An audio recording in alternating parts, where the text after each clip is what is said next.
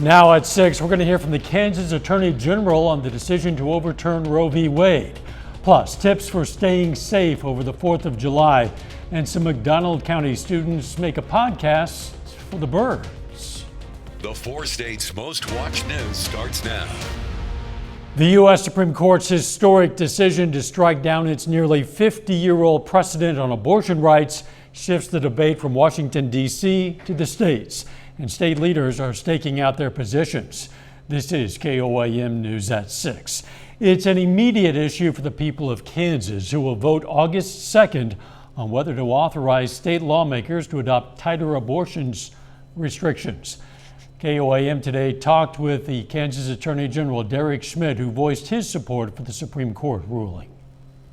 So I think the court did the right thing. It's going to invite some difficult discussions in Kansas and around the country. But the decisions now have been returned to the people, and Americans have shown time and again we're capable of arguing and debating and discussing among ourselves until we come to the right answer and the right balance. I think we'll do that here too.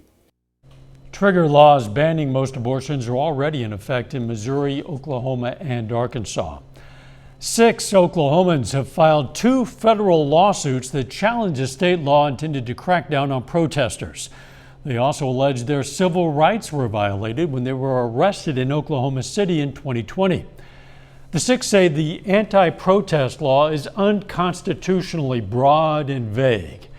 That law, passed in 2021, increases the penalties for blocking roadways and grants immunity to motorists who kill or injure rioters.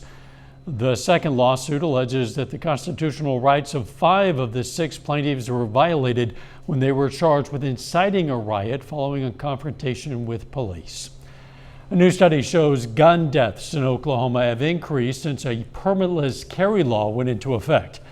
The 2019 law allows people over the age of 21 to carry a gun without a permit or any training.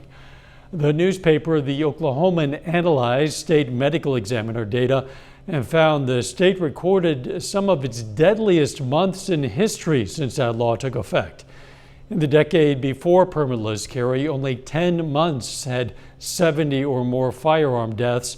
From November of 2019 until January, there were 10 months with more than 70 gun-related deaths in that shorter period. Oklahoma primaries are tomorrow. Party nominations will be decided for governor, U.S. Senate, a state representative seat, state treasurer, and more locally, the district attorney for Ottawa County. Be sure to download the KOAM News app for all your election needs. You can also go to our website for election information at koamnewsnow.com/elections. The website includes resources for all of the 4 state areas, such as polling places, deadlines, dates. You can even check to see if you're registered to vote. Again, that's koamnewsnow.com/elections.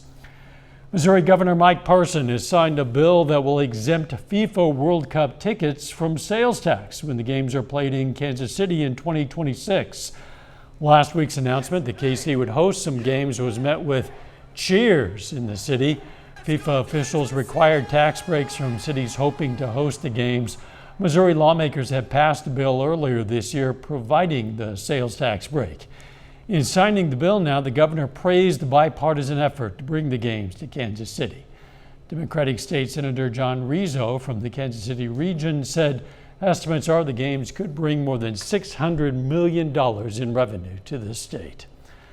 Let's check in with Nick Kelly for a first look at the weather. It's been a pretty quiet day, Dal, not to mention temperatures staying nice, a lot nicer than the heat that we dealt with last week. Lower to middle 80s this afternoon, but we've actually been keeping an eye on the increasing clouds, not just through the afternoon, but as we get this evening underway. And underneath the clouds, it might look like a lot of rain trying to work in the parts of southeastern Kansas, but it's still trying to overcome plenty of dry air closer to ground level. So at the very least, maybe some very light showers or some sprinkles trying to work into our part of southeast Kansas. It's still something I'll watch as we go through the evening hours, as long as this upper level wave coming out of Kansas passes on through during the overnight hours to come.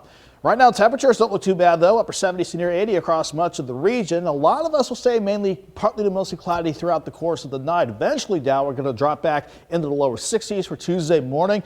And unfortunately, we're going to have the heat return at some point. We'll break down when for everybody here in a few. See you then. Authorities say at least 3 people are dead after a train derailment in rural Missouri. Several cars on this Amtrak train flipped on their side after the train collided with a dump truck at a public crossing in Mendon, Missouri. That's about 100 miles northeast of Kansas City. Authorities say at least 50 people are hurt. An estimated 243 passengers were on board that train. It was traveling from Los Angeles to Chicago. Authorities were on the scene, and Amtrak says it has also deployed resources. Improper use of fireworks can turn summer fun time into a disaster. KOAM's Amber Jenkins has some safety tips. Summertime means heat, pool days, and fireworks. This season, I want you to stay safe with fireworks by following these safety tips. We encourage, a lot of people don't know this, but if you put a barrier between you and your audience, so just like a piece of plywood, a 4x4, something that if the firework would happen to tip over outside of your bracing, it wouldn't get into your crowd. That's always a good idea. And never, ever, ever hold a firework in your hand. Fireworks should be still handled with caution, even if you think there's no charge. Correctly disposing spent fireworks can prevent a potential disaster. I want to make sure that everybody has a container to put the spent fireworks in. Make sure we have a bucket of water or a non-combustible container we can drop the sparklers in so we're not throwing them down on the ground, stepping on them. With these tips, do not let the lack of caution around fireworks ruin your fun. Yeah, every year we'll get some grass fires and we'll get some vegetation around the house. Somebody will catch something on fire because the fireworks got away from them. Didn't go as planned, to say. And In Joplin, Amber Jenkins, KOAM News. Authorities emphasize if your fireworks celebration gets out of hand, don't hesitate to call 911. Coming up, some McDonald County students get together to make a podcast. Plus, why you should keep an eye on your car temperatures during this hot weather. Some McDonald County middle schoolers are reaching out with podcasts to teach fourth-staters about the environment and help some of the area's bird population. They're doing a podcast and talking with scientists at KNEO Radio, studying whippoorwills. Population of that bird species is declining in the area, and the students themselves are learning a bit in the process. I love watching them grow and develop from doing something that is pretty hard for them, but they rise to the challenge, and I think they're gonna knock it out of the park today. The program is called SOAP. It's a combination of the words success and hope. Even a few minutes in a hot car can be fatal for a child, and Kansas City, Missouri advocates hope to spread awareness about the danger a car can pose on a hot day. Reporter Nathan Vickers has more. When the sun shines high above a parking lot, the clock starts ticking. The majority, about 80% of the increase in temperature happens in the first 10 minutes. Amber Rollins is the director of Kids and Car Safety, an advocate for preventing heat-related deaths and other tragedies. There's a lot of things that happen that take children's lives that aren't necessarily preventable, but almost all vehicle tragedies are. Today she's set up a demonstration, tracking and logging the temperature of the inside of a demo car at different intervals. After an hour, the interior was up to 125 degrees. We've documented child deaths in cars on days where it was in the 60s outside. So it doesn't have to be a scorcher out there. She even showed how to take more extreme measures. In Missouri and Kansas, it's legal to break a window to get to a child trapped in a hot car in an emergency. So many of those injuries can be avoided just by taking some action. Stuart Hoffman is the director of Charlie's House, which educates families about safety around them. They hosted the demonstration today. We teach you where there may be a risk, we teach you how to take care of that risk, and then we provide you the materials to make change. It's a situation no parent or bystander wants to be in. Rollins says by looking before you lock each and every time, you can make sure your child stays safe. We hear these stories on the news every summer, and most people believe that that's something that would never happen to them. A little later, look at this aerial view. We're going to check out the beauty of Wildcat Glades. But first, temperature stayed nice for this evening and tomorrow, but the heat is already plotting its return. Forecast next.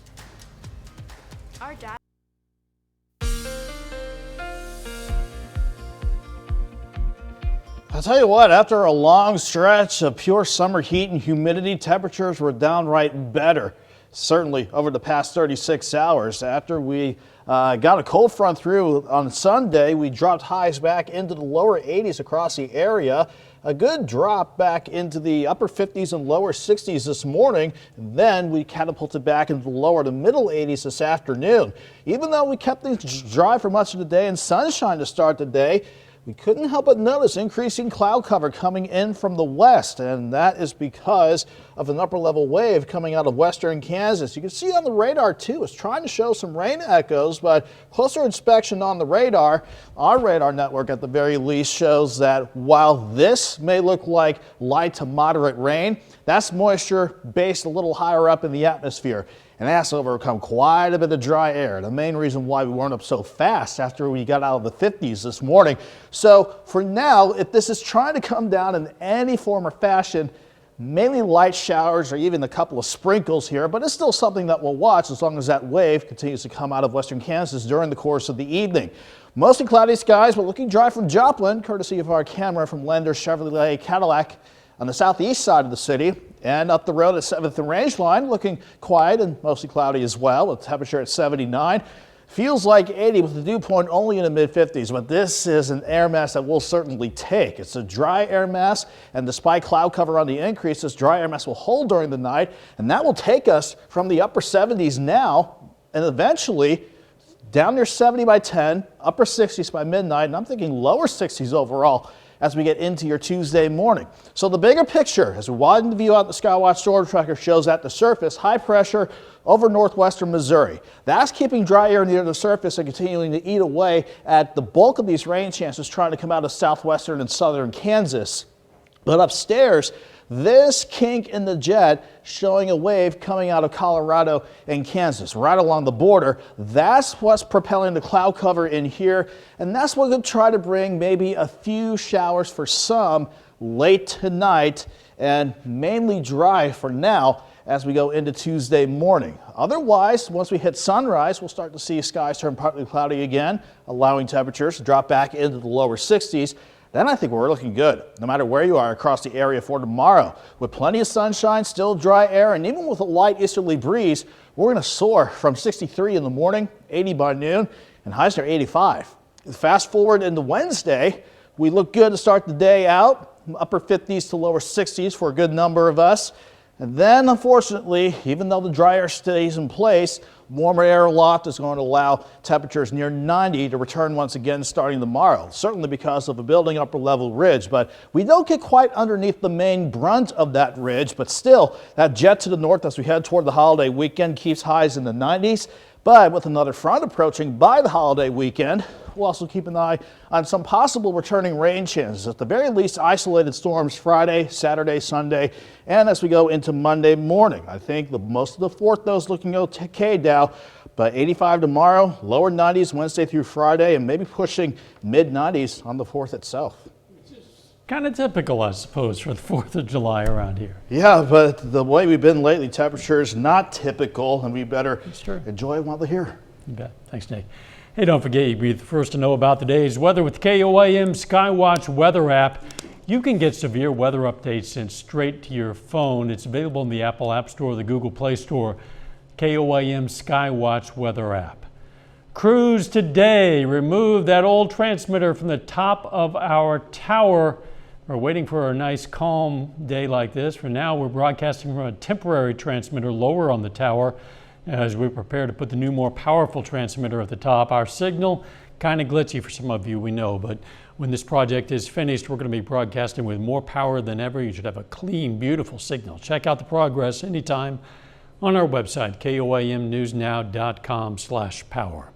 Coming up, we're going to get an aerial view of Joplin's Wildcat Glades and everything it has to offer.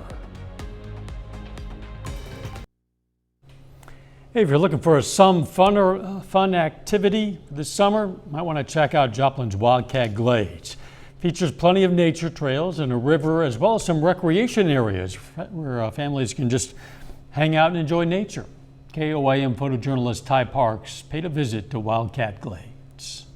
Wildcat Glades is actually, it's an ecosystem. When you talk about the Chert Glade system, that is out here at Wildcat Park. So Wildcat Glades is inside Wildcat Park. So it's kind of confusing to people, but the overall park is Wildcat Park. It's an ecosystem. So it means that plants can grow in about an inch and a half worth of soil. So what that means to us, a chert glade is a glade, an ecosystem that is on top of a rock called chert. That's what's unique to this area. So you can hike, you can bike, you can walk, you can jog, you can bring your dog, you can swim, you can fish, you can kayak, you can canoe, you can get on your stand-up paddleboard. So you can do a lot of things out here at Wildcat Park. You can also visit the Shoal Creek Conservation Education Center during the week. They've got some exhibits that are open to the public and it's free. You can also shop the nature store, which is ran by the Wildcat Glades Friends Group. Or you can rent a pavilion, you can bring a hammock, you can rent our hammocks and hang out in the park. We'll tell you what trees you can use to put those hammocks on and teach you how to use a hammock. So what can you not do out at Wildcat Park? That's really the question. This land should be protected, various reasons. One of the largest reasons that we feel is that we're encroaching on nature. And that might not sound like something super important to people, but let's get real. If we take away habitats for animals and we take habitat away from the plants that should be here, we're going to be in a world of hurt.